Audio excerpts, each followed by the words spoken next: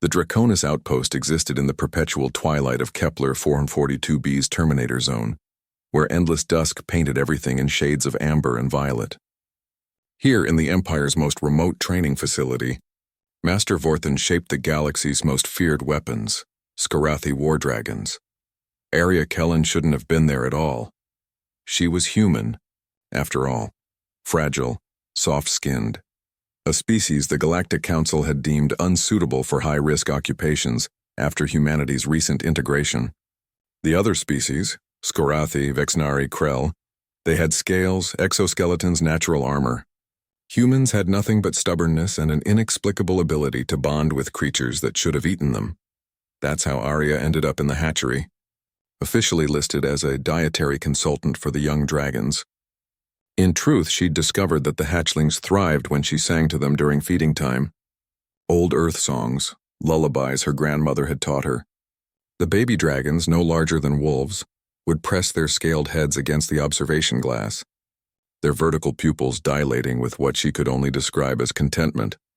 Master Vorthan tolerated her presence with barely concealed disdain. The Skarathi trainer stood 9 feet tall, his crimson scales gleaming like fresh blood under the facility's harsh lights. His species had bred and trained war dragons for 12,000 years. What could a human possibly offer? "You waste my time, soft skin," he'd snarled during her first week.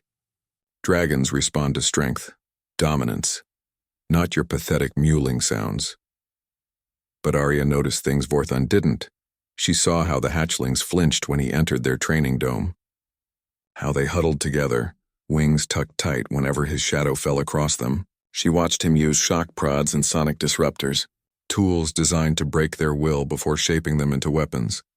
It made her sick, so she began staying after her shifts ended, curling up in the shadowed observation alcoves while Vorthan ran his brutal training sessions. The hatchlings, all 7 of them, would glance toward her hiding spot between drills, a flick of a tail, a slight tilt of a horned head, as if checking she was still there.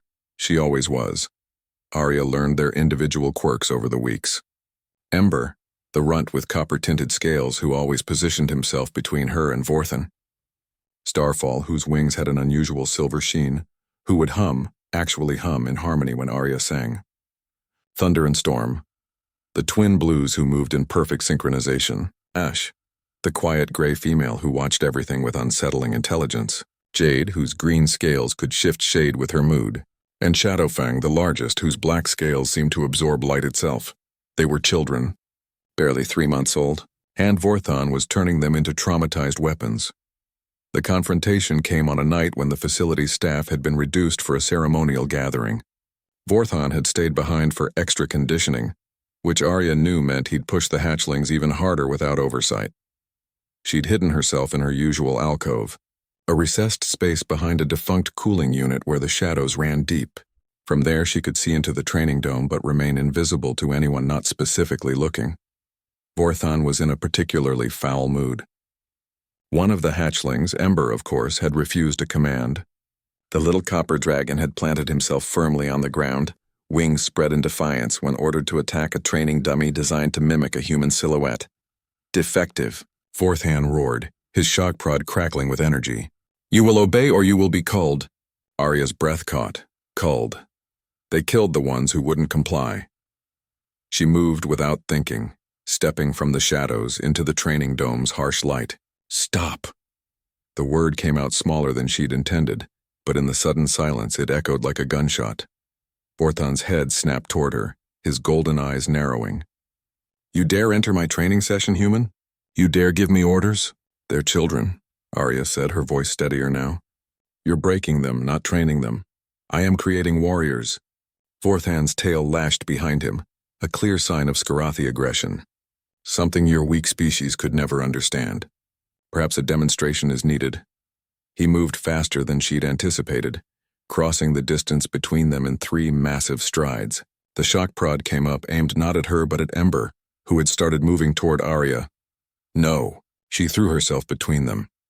The prod never landed. 7 bodies, scaled and winged, materialized in a protective circle around Arya. The hatchlings had moved as one. their earlier hesitation and fear replaced by something primal and fierce. Shadowfang positioned himself directly in front of her, his body a living shield. Starfall and Jade flanked her sides, their wings spread wide. Thunder and Storm blocked Vorthan's retreat, while Ash circled overhead and Ember, brave, stubborn Ember, stood nose to nose with the massive Skarathi, a growl rumbling from his small chest that promised future devastation. Vorthan stared, his shock prod lowering slowly. Impossible. They're untrained, unbonded. This is what happens when you lead with compassion instead of fear, Arya said quietly, reaching out to rest her hand on Shadowfang's scaled flank. The hatchling leaned into her touch, never taking his eyes off Vorthan.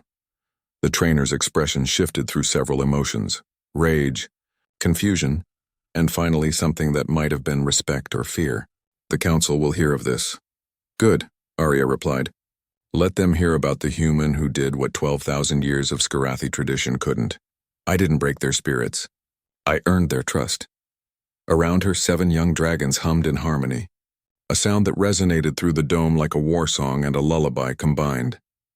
In the shadows where she'd rested and watched and waited, Arya Kellen had learned the truth that would reshape the Empire's understanding of both humans and dragons. Strength wasn't about domination. It was about knowing when to protect those who couldn't protect themselves, and being worth protecting in return.